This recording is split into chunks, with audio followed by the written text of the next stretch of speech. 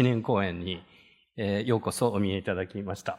で、私今日進行役を、仰せつかった、なぜか総合政策学部なんですけれども、国領でございます。よろしくお願いいたします。で、今日お越しの方は、皆さん、ご案内ではないかと思いますけれども、ティース先生は、もう経営学の世界では、もう世界の中で、最もサイテーションされている、方で、ありまして、ダイナミックケイパビリティの話、今日も、していただけますけれども、この分野、経営学の中で、学術的にも実務的にも絶大な、影響力を、影響を与えて、くださった方、で、ございます。その、先生が、慶応の、メンバーになっていただいたのは大変ありがたいです。Thank you very much for becoming part of Keio community. We're very honored. So without further delay, I would like to invite Dr. Teece on the podium. Thank you very much.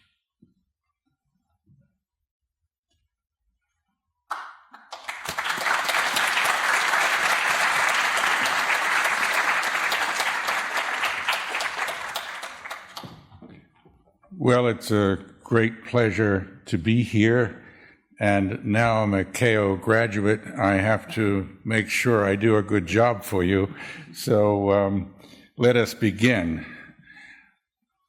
Today I want to talk to you about a framework that I call dynamic capabilities.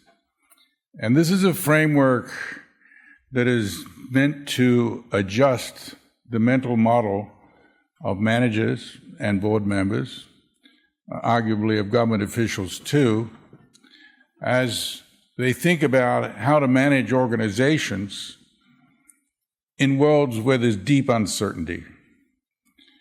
To be honest, the textbooks that I was brought up on, and maybe some of the ones that you've been brought up on,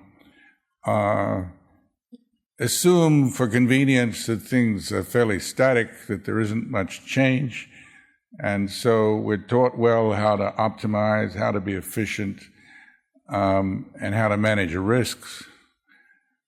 But we're not taught how to manage uncertainties, and there's a very big difference, as I'll explain.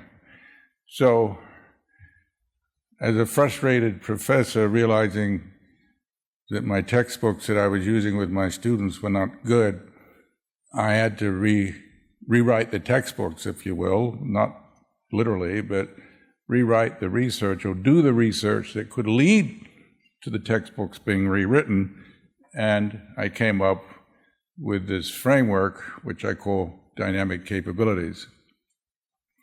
And as you know, I'm a professor at the University of California, Berkeley, sitting on the edge of Silicon Valley, and for years admiring and trying to understand what made Silicon Valley different in terms of the entrepreneurial management, not just of small companies, but as these companies scaled, they still managed to stay entrepreneurial because they had to in order to succeed and deal with rapid technological change. But today we have changed. It's driven not just by new technologies, but by geopolitical shifts, by regulatory shifts and so forth. So this framework, I think, is relevant for today's situation. And so I want to step you through it at a very high level. Needless to say, there's a lot that's been written, not just by me and my students, by the way, but by many others around this concept of dynamic capabilities. So today my hope is that I can give you a flavor for it and that you will then go off and read more. So the thing that struck me getting a PhD in economics and studying the theory of the firm was that somehow or other economists managed to build a theory of the firm without talking about capabilities. And I didn't question that for a long time. But eventually I came to realize this is rather strange. How can you have a theory about a business organization without a theory of capabilities? Because managers would use the word capabilities, people on the street would use the word capabilities. Clearly capabilities mattered, but the theory of the firm had taken some serious shortcuts and had left it out. So I had to double down and not only build a theory of capabilities, but get people to accept the fact that you needed a theory of capabilities, not only to explain the business enterprise and its successes or failures, but to understand national economic development too. So, like a drowning man, I reach out for straws, and here is a straw that was provided to me by a very distinguished economist, John Sutton, at the London School of Economics, where he's a mainstream guy, but he nevertheless said the approximate cause, he was talking about the wealth of nations, the approximate cause of differences in the wealth of nations lies for the most part in the capabilities of firms. That's one level not an amazing statement, you probably all accept that, but if you look at the body of theory that informs economic development, that informs the study of economic growth, there's no mention of capabilities. So we have to obviously try and fill this gap. And it also suggests that good management is necessary not just for running the enterprise, but for economic development, because it's a lot more than just investing more capital, which is the way that most economic models of economic growth are structured and formed. Pour in more capital, or if it's more sophisticated, spend more money on R&D, and you're supposed to get more innovation, more productivity growth, and so forth. Clearly, there is a need, there's a missing need, there's a gap in the literature, and that's what I've tried to fill. And in the introduction, it was mentioned that this theory of, or framework of dynamic capabilities is being used outside of management, and it is, not because it's great, but because there's nothing else. No one else is really, the field of management has actually pioneered thinking about capabilities. And it's rather a pathetic statement about the state of economic science that economists have yet to really put shoulder to the wheel, despite bold statements such as the one here by Professor Sutton. Now let's talk a little bit about Japan. I always like to try and make my presentations relevant to the audience, and clearly I've been interested in Japan for a long time and impressed by many of Japan's achievements in the post-war period, if not before. But what you see is, and you don't need to be reminded of this, but Japanese business giants are no longer giants by world standards. There is no great technology companies in the sense, no platform companies in Japan, just as there really aren't any in Europe either. They all happen to be in the United States or in China. And how come a country that's so focused historically on innovation and improvement missed out in the digital revolution, or hadn't missed out, but at least not really being a major player in building platforms? So we see these developments. At the same time, you do see some encouraging developments in the fact that venture capital and entrepreneurship is getting some attention and some capital. I look mainly to the upward trend here, but if you did more careful analysis, you would find that on a relative basis, compared to GDP, it's still a fairly small number.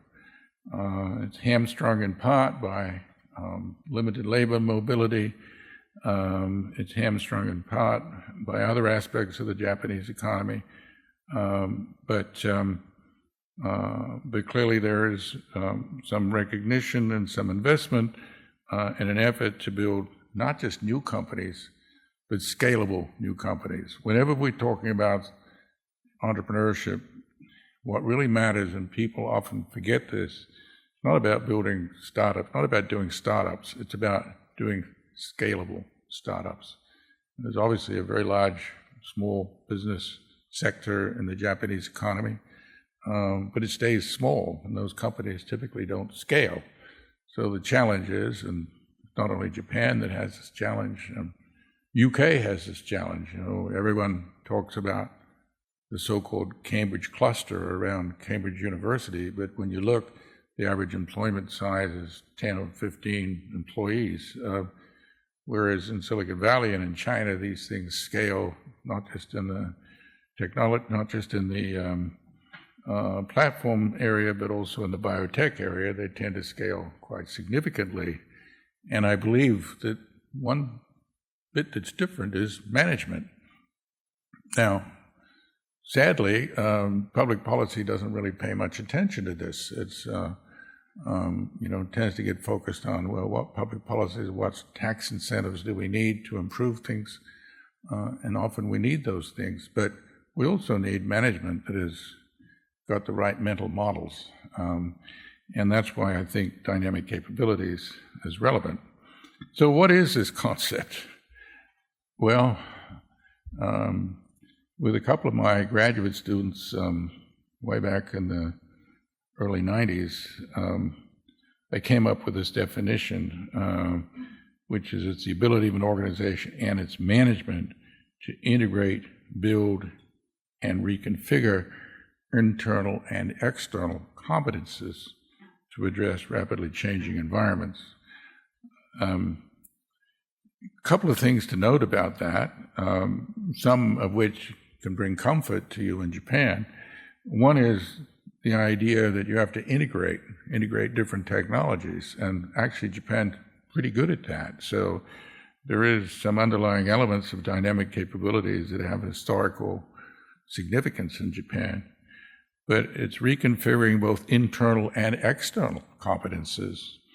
And I know my student, Henry Chesborough, with the Open Innovation Movement, has had an impact here in Japan, and that this part of the message has gotten across as well. It's not just a matter of developing technologies inside the firm, it's tapping into technologies externally, which of course Japan has a long history of doing that, but doing it in a way of co-development rather than imitation. So this initial definition, I'd probably tune it up a little bit if I was to do it all over again.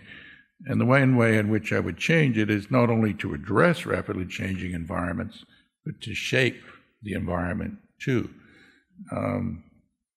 As an economist, you always tend to think of the environment as exogenous. Demand is determined externally and so forth. But in reality, it's not. Companies can build demand curves. They just don't accept demand curves. Companies and executives and the management teams can build new markets. They don't just occupy new markets. So this is the type of rejiggering of the mindset that's needed. And the hallmarks of a dynamically capable organization are ones that, they tend to be entrepreneurial. They must be entrepreneurial, not just as a startup company, but they've got to keep that entrepreneurial culture and spirit going as they get larger. They've got to be good at these sets of activities, which I'll talk more about later, sensing and sense making. It's about figuring out what's next. Remember the famous quote from Steve Jobs after he came back to Apple and got the company right-sized. They said, "What are you doing next?" He says, "Well, I'm trying to figure out the next big thing." Of course, that next big thing was the iPhone, but figuring out what the future would be and then making it happen is a key aspect of this. And it's not just about having a great idea, it's about execution and implementation. So all of those things are tied into dynamic capabilities. Now, as I said earlier, the reason why you need dynamic capabilities is because the environment is characterized by deep uncertainty. And I borrow a term from the US military, I think this is where it began, called VUCA. The V for volatility, the U for uncertainty, C for complexity, and A for ambiguity. And by the way, the military, the frontline military, they got to have strong dynamic capabilities on the battlefield or you lose, for sure. Not just about a good strategy, it's always about shaping the battlefield, not just responding to it. So these ideas are actually quite general, but it's taken a long time for them to move over and impact industry. So the basic thesis here is that because of VUCA, you've got to manage differently. The world has changed. One reason why we're slow to cotton on to this is because we've all had the benefit of living with 70 years of relative peace and stability in the world. That's changing because of the relative decline in U.S. power, but it's also because of technological change. But it's geopolitical and technological change which really together creating environments where the old rule book doesn't work anymore. In my view, the old rule book needed to be thrown out anyway because of technological change. You layer geopolitical change on top, and it's about starting all over again. So, Bill Janeway, as a venture capitalist, and he's not the only person that said this, but it's just something to remind ourselves of, which is that the economy, to the extent to which it's an innovative one, is, quote, saturated with unquantifiable uncertainty. So think about that, and think about the implicit assumptions in the textbooks of management or of economics for that matter. Think of all the models, the formal models that you use in economics or in management science too. Ask yourself, are these models developed under the implicit assumption or with the explicit assumption that we're operating in a world of unquantifiable uncertainty? I would say 98% of the time, no. So we have to bear that in mind. So this uncertainty is not just true of the technology, of the tech space or the digital space, oil and gas with, what's going on with Russia, what's going on with environmental movement and so forth. All of these old industries are also subject to deep uncertainties. So we got to have, if we're going to manage for today's age, we got to figure out how to manage under deep uncertainty, where there are black swans that show up with frequency. So that's what this framework called dynamic capabilities is designed to help you think through. And it's helpful to remind, and this is a very basic distinction, it's helpful to remind yourselves of the difference between risk and uncertainty. There was a famous economist, he didn't win the Nobel Prize because it wasn't around at the time, called Frank Knight. And he made this distinction which too often gets swept under the rug. He made this distinction between risk and uncertainty. And the primary difference is with risk, you're putting you know the probability of certain events, earthquakes, something like that, or inflation. But with uncertainty, it's about the unknown unknowns. You know there's certain futures, and I've numbered them F1 through F4, which are known. These are possibilities. But then there's a bunch of other futures that you got no idea what they are. And that's the world we're looking at today. Is there going to be a war in the South China Sea? What does that mean for supply chains? Well, we actually do know there's a probability of that. We can actually almost move that over to the left-hand side, put a probability on it. What we don't know is the unknown unknowns. And as managers, we got to be ready for the unknown unknowns. Few managers are ready for the unknown unknowns, but we need to be thinking along those lines. And what managers tend to do instinctively is try to avoid uncertainty by doing nothing, thinking that that's minimizing risk, but in fact, it's maximizing risk. Doing nothing usually maximizes risk. So my first simple proposal is let's tear the name risk management off the door of the risk risk management departments, whether it's banks or technology companies, and put on uncertainty management, because that would remind us we have to think very, very differently. So we need to, whether we're consumers or whether we're businesses, we need to think about the futures we know and the futures we don't know, and we need to be creating action plans and doing a lot more scenario planning and contingent planning and the like. But my general approach here is that it's not so much the tools that are going to help you, because they won't help you very much, but you need a new mental model. And that's what I call, you need the model of the entrepreneurial manager. Now, historically, we've thought of the managers over here and entrepreneurs over there. You know, entrepreneurs are those guys that start little companies, and then when they get big, you hand it over to a manager. No.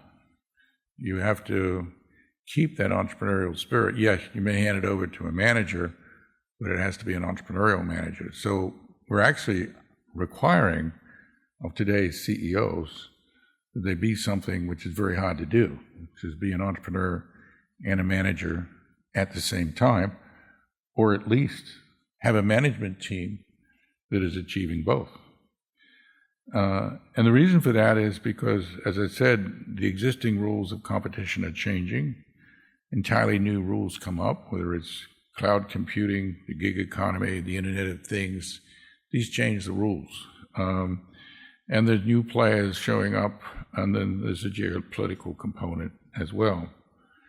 So, as I said, you've got to be both an entrepreneur and a manager at the same time, or create it in the team. And I like to use the example of Google because Brin and Page were clearly entrepreneurial types, and Google wasn't going all that well in the early days, and they needed a good manager. And they found Eric Schmidt, by the way, who was a Berkeley PhD engineer. And Schmidt came in and he said he's going to be the adult in the room. So this is often Silicon Valley talk, is that you need an adult in the room, which means you do need someone to manage, but you still got to keep the entrepreneurs in the game. And the adult in the room, which is the regular manager, has to be cognizant and supportive of the entrepreneurial environment. So there's real-time examples of how this plays out, and Google, I think, is a great example of how they've managed to balance this. You know, with Apple, it's not so clear. You know, Cook is clearly the manager type. But he's got entrepreneurs around him, and they do seem to manage to stay a little bit entrepreneurial at Apple, not as much as they were in the age of Jobs, but for the size they're at, but still pretty entrepreneurial and pretty innovative. But this is the act that you need. You need a team because it's unlikely that one person is going to be good at both. If you go back to the early days of Apple with Wozniak and with Jobs, I mean, neither of those two were adults, but one was the engineer and one was a visionary. Well, actually, the engineer was a technological visionary too. So to simplify this in language that you might be able to remember more easily, think of the difference between chess and mixed martial arts. Chess is a game with rules. They very rarely change. I think the last time the rules of chess changed was 200-300 years ago, something like that. But with mixed martial arts, you know, there's a lot of flexibility. There aren't very many rules at all. Today's management is more like mixed martial arts than it is chess. And I get annoyed every time I see a strategy textbook with a chessboard on the front. I happen to co-author the first ever encyclopedia on strategic management with one of my postdocs, Mia Gir, and the publisher, which was Palgrave, insisted on putting a chessboard on the dust jacket. And I yelled at them. I very rarely yell at anybody. I said, this is just antithetical to everything that I'm trying to do in this encyclopedia. And I'd volunteered my time to write the first ever encyclopedia in strategic management. And anyway, I lost the battle, and they put the chessboard on the dust jacket. But it shows how people's mentality is fixed in yesterday. You know, with 70 years of Pax Americana and Pax Japonica or whatever, relative stability, and you could more or less get away with thinking the rules don't change very much. You can't anymore, not just because of technological change, but because of geopolitical shifts as well. So the metaphor is a mixed martial arts, or you may want to think also of jazz, because there's a lot of improvisation and there's no fixed rules.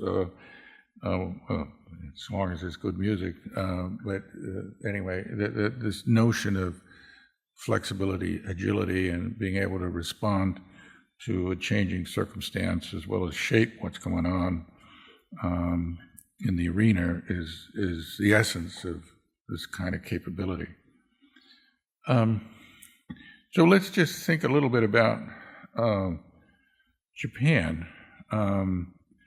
And the challenges that you face, they're not, in some ways, they're not too different from challenges elsewhere, but perhaps they're deeper in part because of the greater interdependencies inside the Japanese economy. Masayoshi Aoki wrote about this in 1988,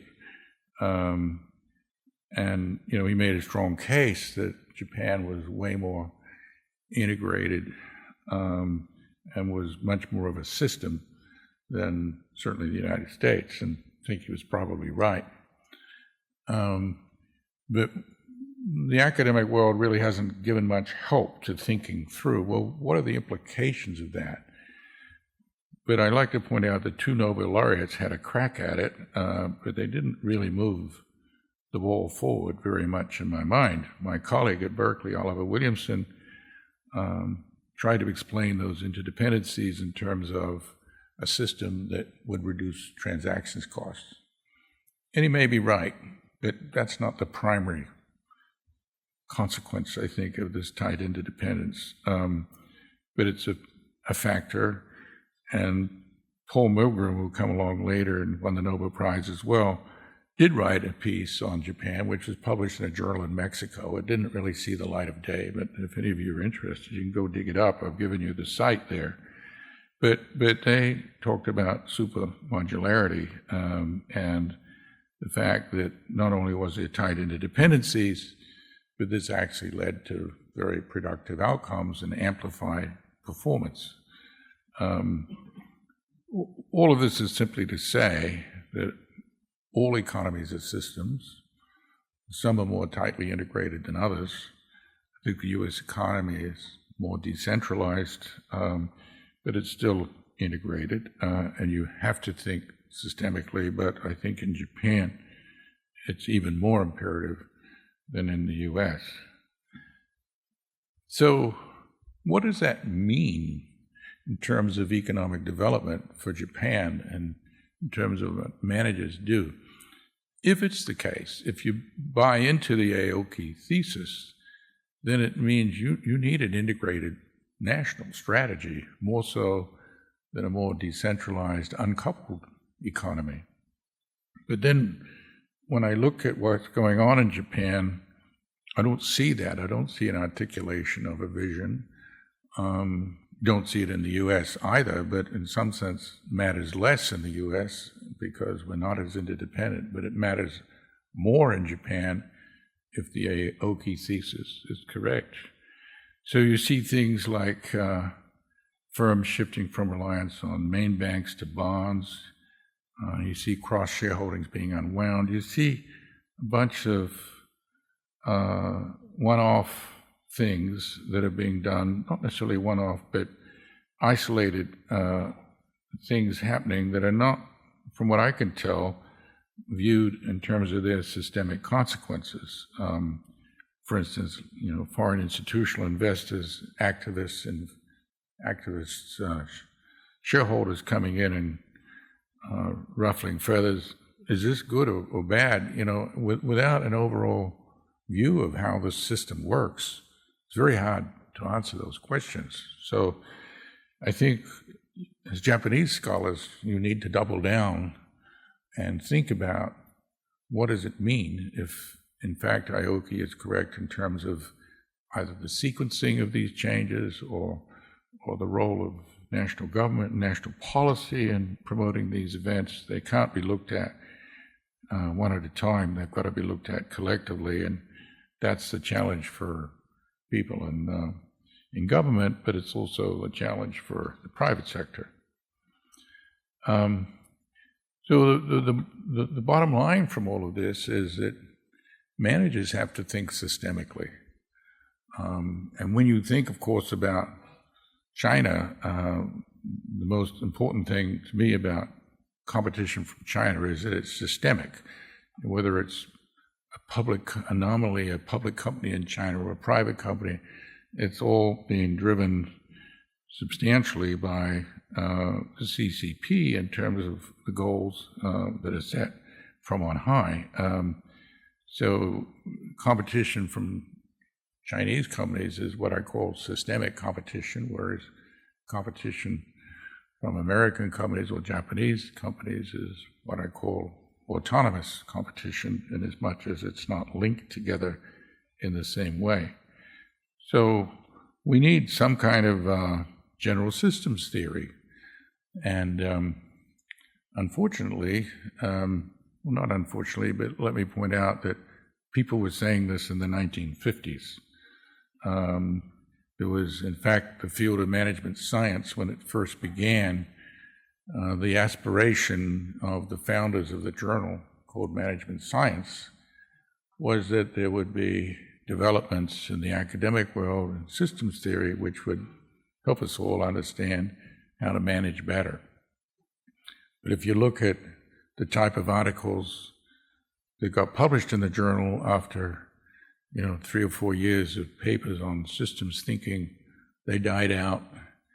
The academics fell into their silos, and you got optimization rules and various things that we think of today as part of management science.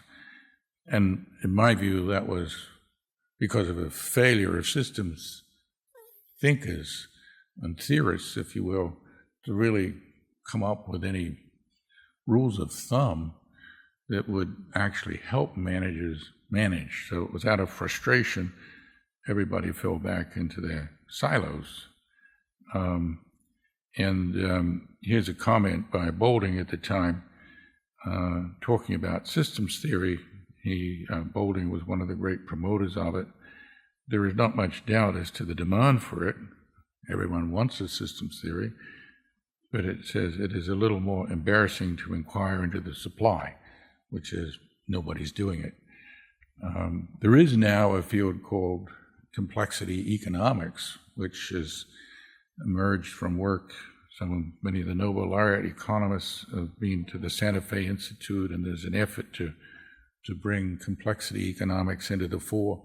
But I can tell you, it's not very operational. And so one can think of this dynamic capabilities framework that I'm trying to present to you today as a workable systems theory at the level of the enterprise.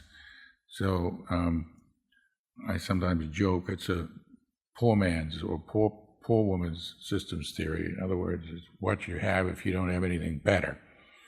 But I don't apologize for it because nobody else has anything to compete with it. Everybody else has got their individual little narrow frameworks with a silver bullet solution here and a silver bullet solution there, and never any effort to connect these different issues and problems and come up with an integrated solution. And it requires, of course, an interdisciplinary approach.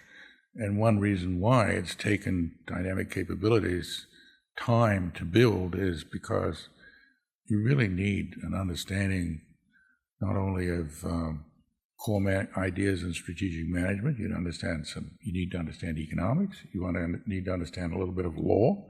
You need to understand a little bit of marketing. You need to understand a little bit of operations research.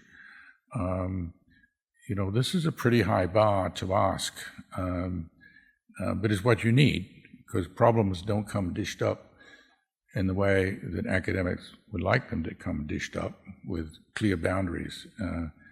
Just about everything is what we call a wicked problem, and a wicked problem are those that cross disciplinary boundaries. So that's the challenge we have, and of course, dynamic capabilities or any other framework that tries to deal with complexity is never going to be elegant, because it's always going to have fuzzy edges, because it's trying to model something very, very complicated. So here is a table at a high level which tries to distinguish between different types of organizational capabilities. And actually, in thinking about my presentation today, I had to alter this table. I've been using it for a decade, but I realized, particularly in talking to a Japanese audience, that I needed to modify it a little bit. And I like to distinguish between ordinary capabilities. Historically, I've distinguished between ordinary capabilities and dynamic capabilities. And let me first deal with those two, and then I'll talk about this new category for me, an old category in terms of its place in the real world, called superordinary. So ordinary capabilities are about being good, being technically efficient at achieving a defined task or basic business function. So if you give me an object, let's figure out how to make that object as efficiently as possible.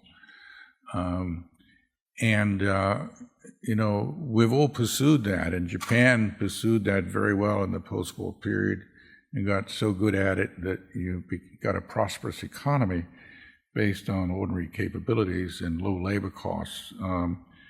Those low labor costs went away after a while, but being technically efficient and, quote, following best practice won't make you innovative.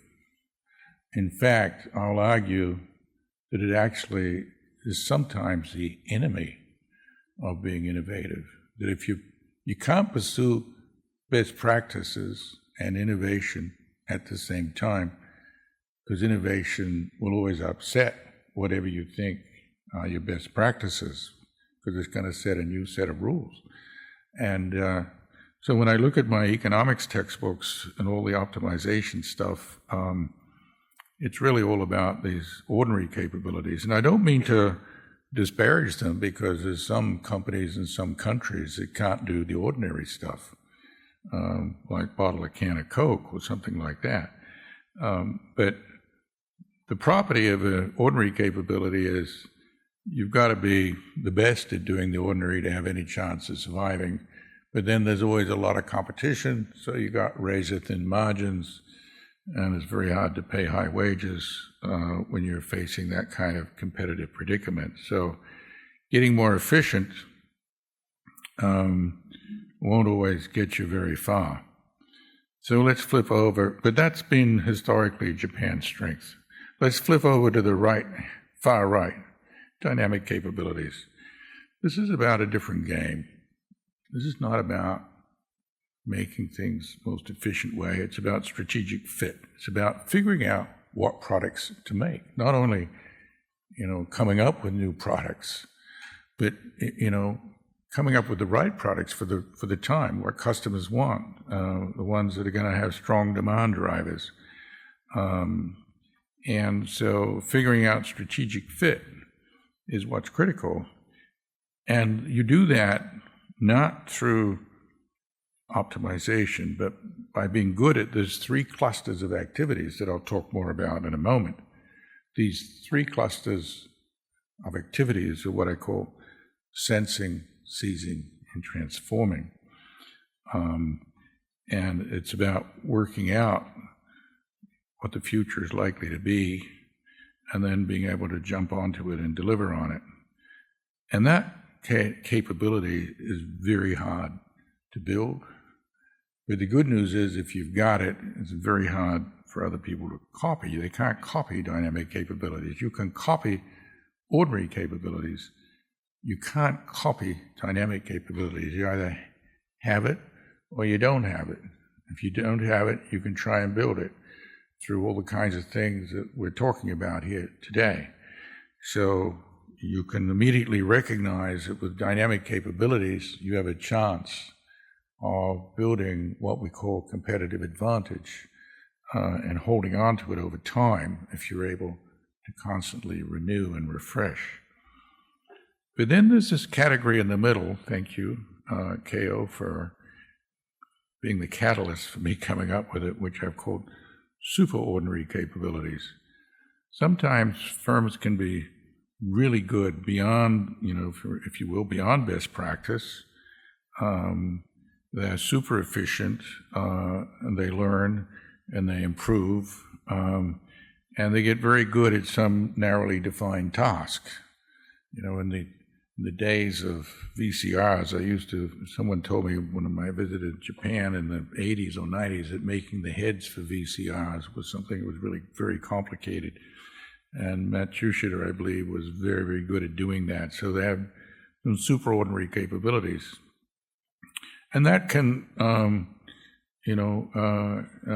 that's not what I call doing things right. It's what I think of as doing things better. So you can exist.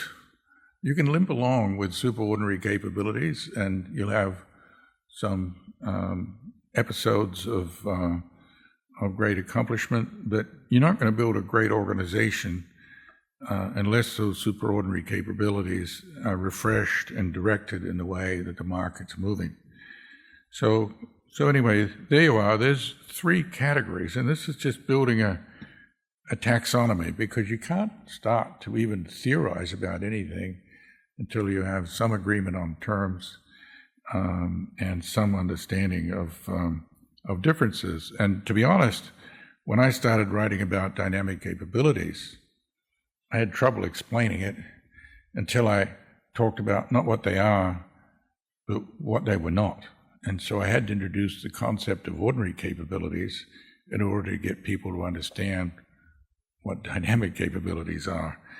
And others, including Professor Sidney Winter at Wharton and Connie Helfat now at Dartmouth, and others, were helpful in getting the field to understand these differences. So one learns collectively here. And let me just sort of go overboard a little bit. I put this out there for sort of shock treatment more than anything, and I use the lethal lure of best practices. In other words, best practices can be your enemy and can deflect you from innovation and change. There's a certain type of change, which is, let's go from not so good best practice to best practice. But don't think by doing that you're building competitive advantage. You're not. Unless you're in sync with where the markets and technologies are going, best practices is not going to do you much good. So this may be a little bit of a hard knock on best practice, but I say it in part just to get people to think hard about it. And, the evidence certainly shows that being a top performer in productivity does not lead to superior financial performance. And in fact, what got me to be bold about the statement is that in the US, there was a number of awards given for best practice, and then someone looked, I think it was Tushman, looked 10 years later, and a lot of the companies that won the award for best practice had gone out of business. So what does that tell you? Best practice is not necessarily consistent with long-term competitive performance. And what we're trying to do with dynamic capabilities is create a framework for long-term competitive performance. So my last bullet point there sums it all up. There is no benefit to being very good at delivering the wrong products for the current market environment. So when the markets shift, then you have to shift, or you can shift and change the market. And Edward Deming, who I know is a hero here, if you dig deeper, we all think of Deming because of his work on best practices with respect to quality and having metrics for this, that, and the other thing. He says, he who would run his business with visible figures alone will soon have neither a business nor visible figures to work with. So even the advocates of, efficiency metrics and the like were aware that this was not necessarily a panacea for the long run. And just to give you some sense of how managers grapple with these issues, this is Indra Nooya. She's no longer the CEO, but in a way, I found this quote, and it really exemplifies this difference between ordinary and dynamic capabilities. So when she took over the helm at Pepsi, she said, listen, there's always a pressure to improve performance. I got two choices. First choice, I could have gone pedal to the metal, stripped out costs, delivered strong profits for a few years, and then said adios, but that wouldn't have yielded to long-term success. So that's ordinary capability. So she's sitting there, she's not using the word ordinary versus dynamic, but this is exactly her mental model.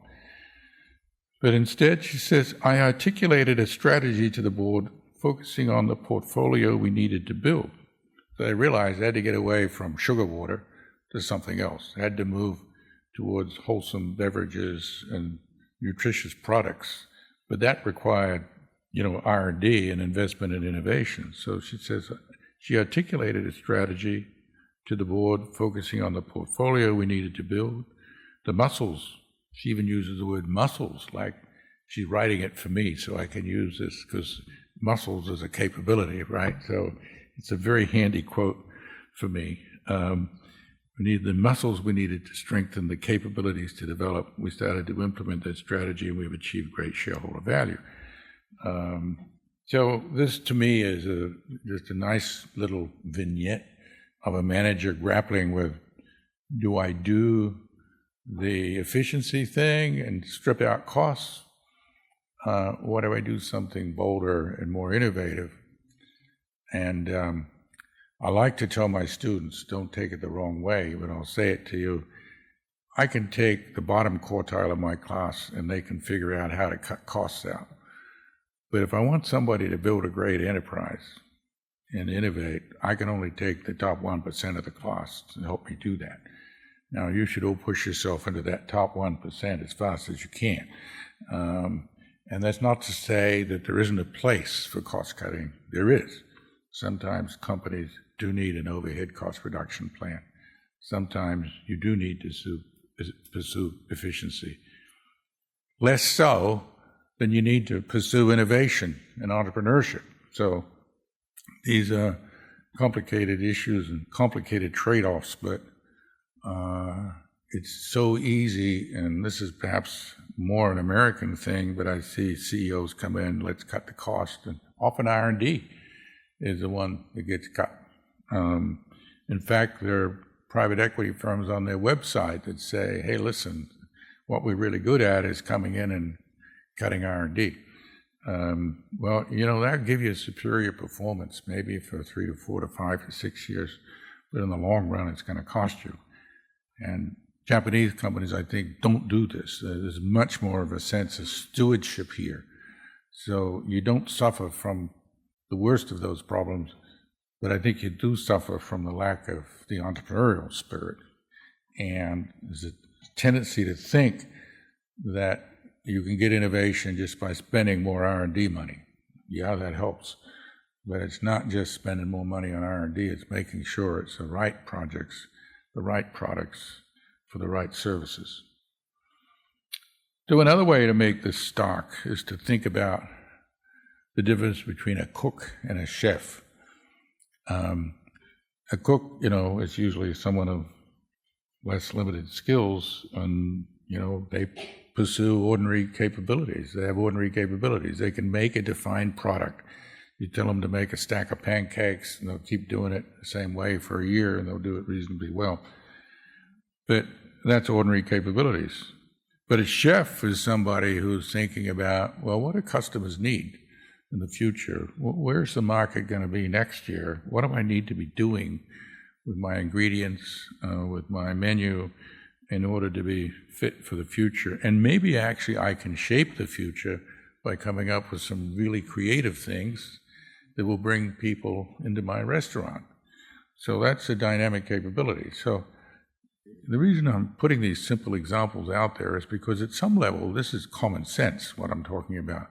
But common sense often gets drowned out in large organizations. And there's always other reasons not to do the obvious.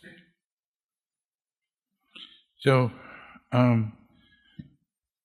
part of the spirit of dynamic capabilities is making some big bets. And as I said earlier, sometimes doing nothing is a wrong bet, and it's actually very costly. And so, the big bets are, like Jeff Bezos at Amazon, started with books, but he had a vision that went beyond that, and nobody thought it was possible, but in fact, indeed it is. And of course, Elon Musk is one of my favorite exemplars of strong dynamic capabilities, because he really thinks in fresh ways. In fact, he's very clear about his thinking. He says he thinks from first principles. Every problem, when you're doing something new, there's no textbook to go to. You have to think from first principles, which, for scientists, we understand what that means. And in my own small little way, I've built 3 companies, 2 of which I've taken public. It's always been that way, thinking from first principles, not listening to what other people say. Well, listening to what other people say, but not doing what other people say. So who would have dreamed these things? So if you ever see a company that impresses you, you look back in its history, someone took a big, bold, gutsy bet somewhere along the way. Could have been the founder. But if you're not doing that along the way, you're going to fade away. So you can almost think of 3 different managerial functions that have to go on in an organization almost at once. Because historically we've thought of these as being separate, but I want you to begin thinking about these simultaneously. You need the entrepreneurial spirit to create the new. That's the entrepreneurial bit. Someone has to run the company. That's the adult in the room at Google. That's Eric Schmidt. So you do need a manager. But you also need someone, the wise leader. It could be the chairman of the board, or it could be someone on the board, it could be the CEO, it could be the founder, who comes in and says, hey, we got to change. You see at Starbucks, the founder comes back from time to time. Every time the company needs to be renewed, they bring the founder back in.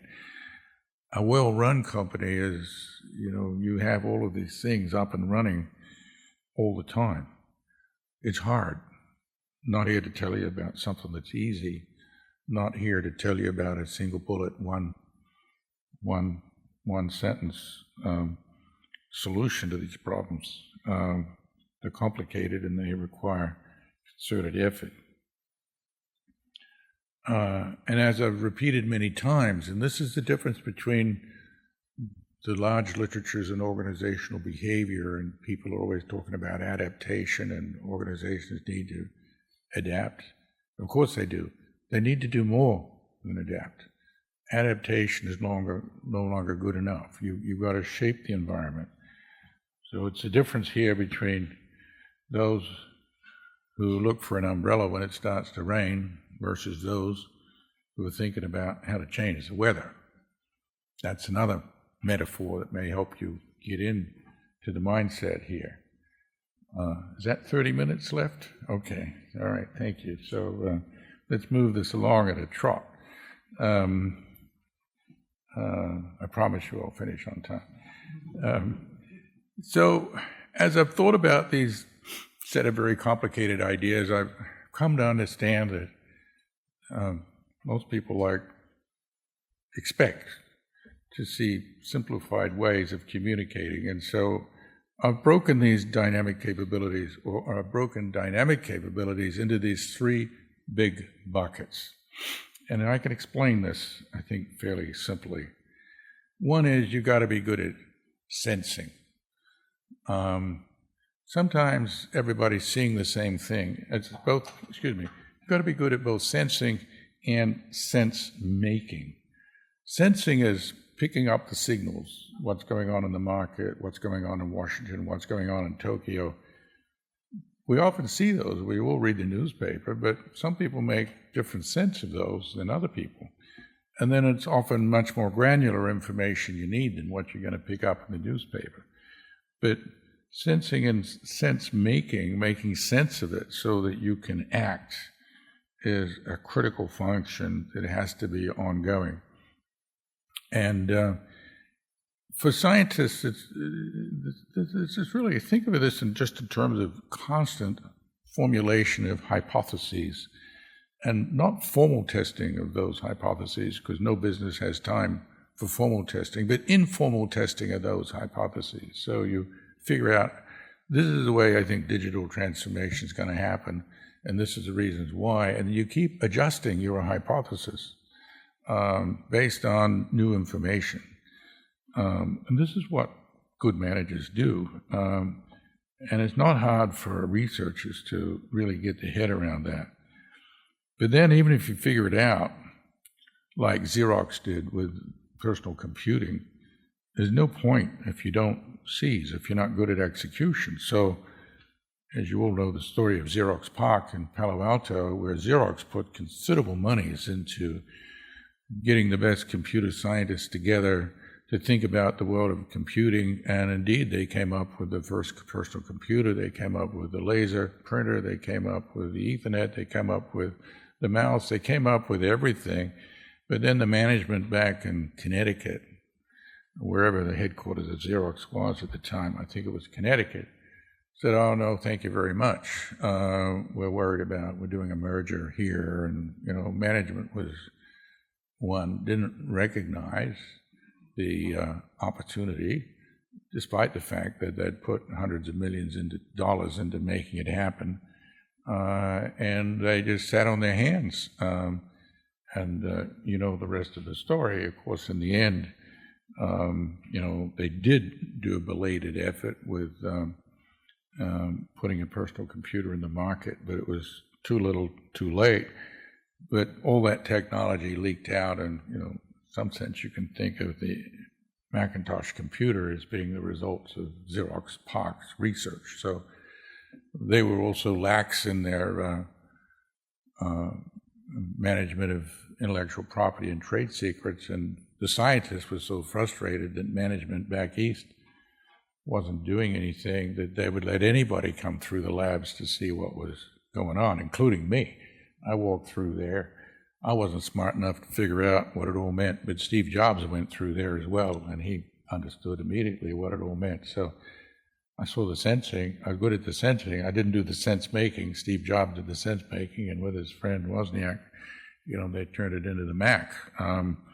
So no good if you can't execute.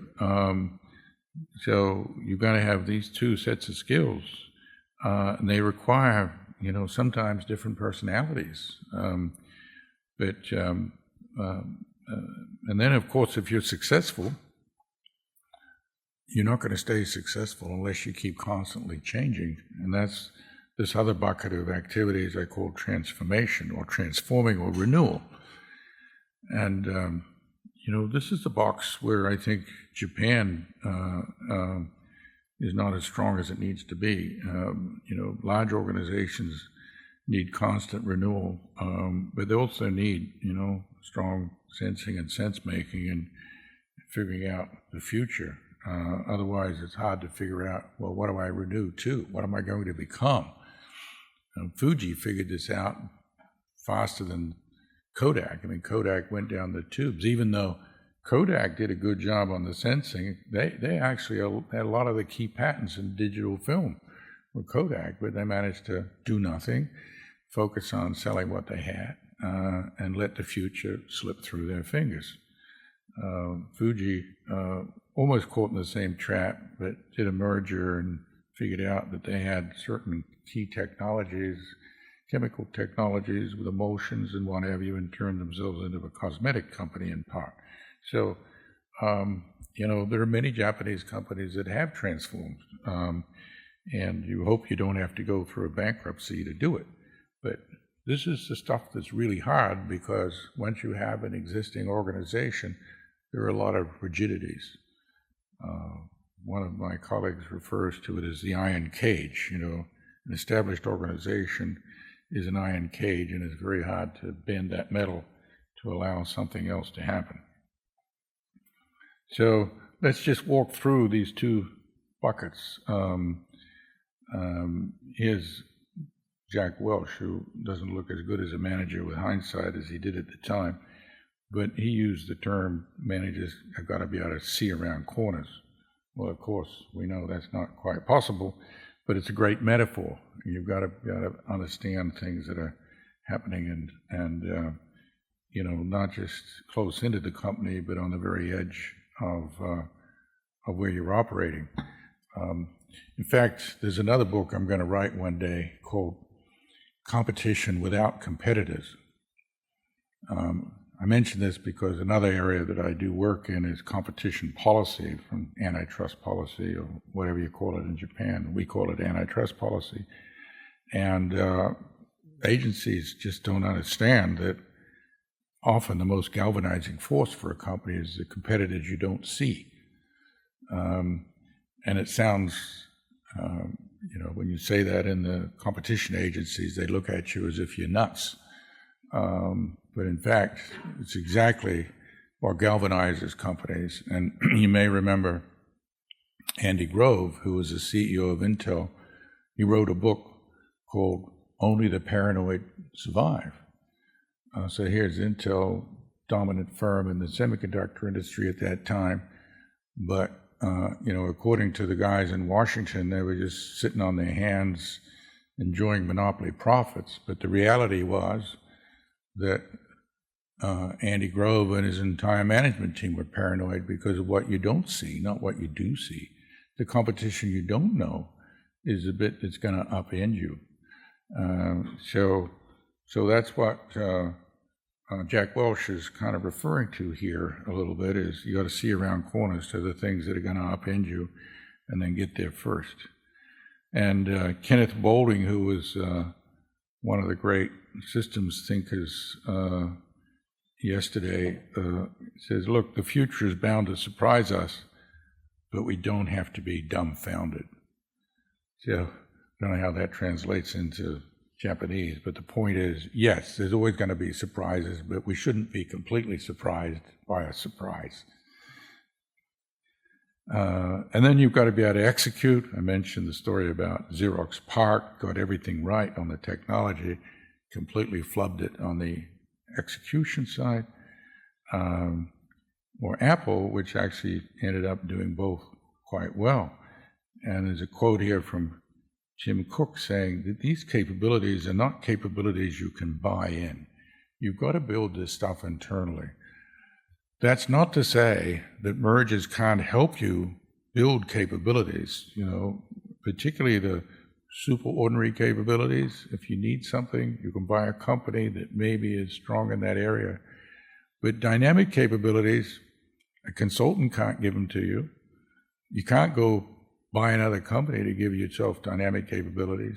You got to develop this one in-house. It has to be developed, homegrown.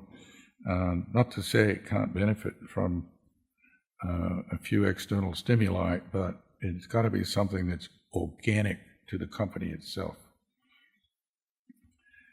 On the seizing thing, I always like to use people forget with the iPod, the Apple iPod, which was a precursor for the iPhone.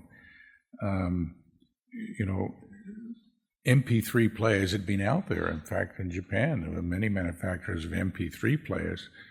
What was different here was Steve Jobs figured out that, well, you never get the music industry to put their content, let their content go unless you give them digital rights protection. So Jobs actually reached out again to technology that came out of Xerox PARC, which Xerox didn't do anything with, and came up with technology that would protect their content. And then they needed the mini hard drive. I think he got that from somewhere here in Japan. And he needed to build an online music store. Well, you don't just open the door and wait for people to put things in the music store. What he did was he called up his friends at the Grateful Dead and said, please help me with your publishers to put their music in the music store. So this is the orchestration process of shaping the environment, not just waiting for stuff to happen. So you have to have this entrepreneurial spirit, and then, of course, developing the software and hardware, which they had developed already with the with the Macintosh, that brought all these things together. So it's combining these various things. And by the way, this is what Japanese companies are good at doing. They have a history of combining things, but doing that extra step of reaching out to things beyond the perimeter of the organization. Steve Jobs was magical at his ability to do that, and being highly networked and connected, and having that spirit of, I've just got to get it done, enabled it to get done. So I use the example here of the Nintendo Game Boy, which was in some ways a bit similar to what Jobs did with the iPod. It was combining off-the-shelf components, the 8-bit processors, small dot matrix display, 8K memory chips.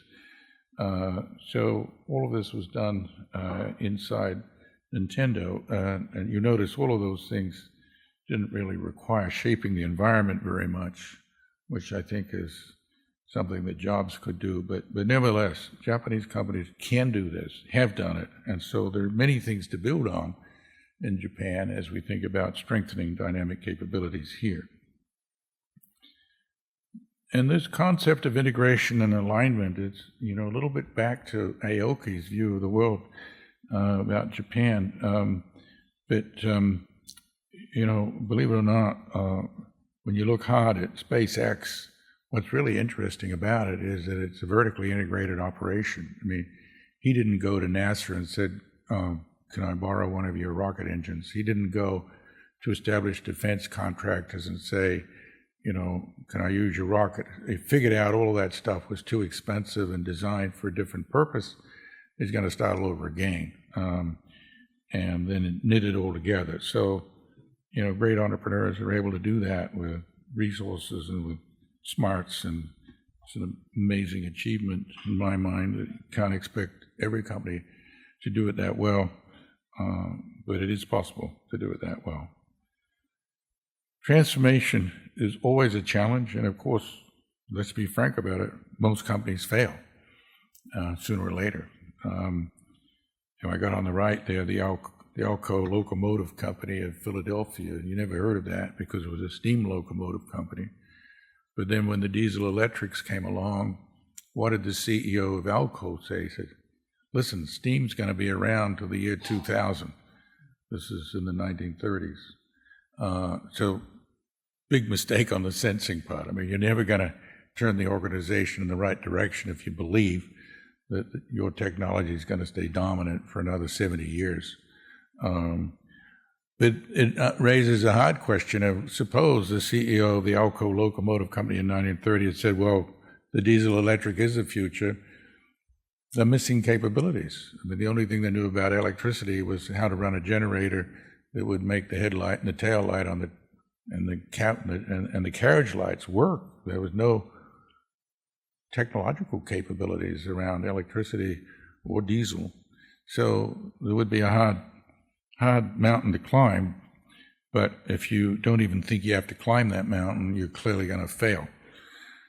And there are many complicated examples in the books. I won't bother to go into them now. But I'll point out there are Japanese companies that go through these cycles of transformation. I could use Nintendo, I could use Nokia, fail, but then turn around and still keep on in the game. So I've only got 15 minutes left. Let me just quickly go through a few other ideas here. I haven't mentioned the word strategy yet, but I have to mention strategy because you can't have strong dynamic capabilities without strategy. So a lot of the sensing and sense-making and seizing is also around strategy development and execution. So what is a strategy? It's a specific and coherent response to the obstacles to progress. It's usually an indirect way of achieving a goal. As I said, one way to define dynamic capabilities is to talk about what they're not. One way to talk about good strategy is to say what it's not. And a bad strategy, and this is quoting my friend Dick Ramelt, is a list of blue sky goals or fluff and buzzword infected vision that everybody is supposed to share. And there's an enormous amount of that kind of rubbish that comes in annual reports from companies, and it's okay so long as you don't think that's strategy. And I'm sometimes amazed how little thought goes into strategy in big companies and small companies too, for that matter. So there are the three buckets of strategy: diagnose the problem, figure out a policy, engage in coherent action. These are things that have to run in parallel with dynamic capabilities. At the end of the day, I tell people that dynamic capabilities is really nothing more than making explicit what I think the great Silicon Valley companies have been doing for decades. So there's no genius behind it. It's just simply codifying what it is that makes these technology-driven companies work. And key features are flat organizations. You can't be bureaucratic either in decision-making or in structure. You're going to have high autonomy on the front line, so decisions get made quickly. You've always got to be in touch with the market, and you've got to be constantly working to integrate and align talent and keep that entrepreneurial culture going, even as the company grows. So that often means when you create more rules in a company, you got to take out some rules. You got to give employees a fair amount of discretion. Google gives them half a day to do their own independent thinking and ideas. And then you have to, the last point is very important, sustain a continual sense of urgency. I've spent a lot of time doing business, some time doing business in the Middle East. No sense of urgency there. And that makes it very hard, particularly when they want to build technology companies. If you don't have a sense of urgency and like it's got to be done now, you're unlikely to have strong dynamic capabilities. That's not to say you do things without thinking about them. Of course you do. But if you wait to get the analysis right, then you're stuck with what is commonly referred to as analysis paralysis, and that stands in the way of dynamic capabilities. So getting decisions more or less right is more important than not making a decision, because particularly in the world of big tech, you now in software, no one launches a product that's right. You launch it as good enough, and then you keep improving. So sometimes a penchant for being excellent and being perfect can stand in the way of dynamic capabilities. There's a significant stream of literature talking about how organizations need to be agile. But agility is not enough. Agility means you've got to be fast on your feet. But to use the metaphor of the boxer, I'm fast on my feet, but I need to know where to strike the opponent. No point in being fast on your feet unless you have a good strategy. So the organizational behavior literature is full of all this stuff on agility. And yes, you have to be agile, but without dynamic capabilities, all the agility in the world won't buy you very much at all. In the world of digital innovation, it's often significant R&D expenditure that's needed to move the needle, but that incremental digital innovation can take place sometimes in real time and with very little expenditure. So here's my seat of the pants diagnosis of Japan's problems today. That it's got weak dynamic capabilities, not everywhere, but in too many places. And that's partly a consequence of being good at the ordinary and also at the superordinary, that people have thought, that managers have thought that being strong at superordinary must surely give you a seat at the table in the competition of the future. But I can tell you, sadly, it won't. Almost the end of my time here. Let me just give you a quote.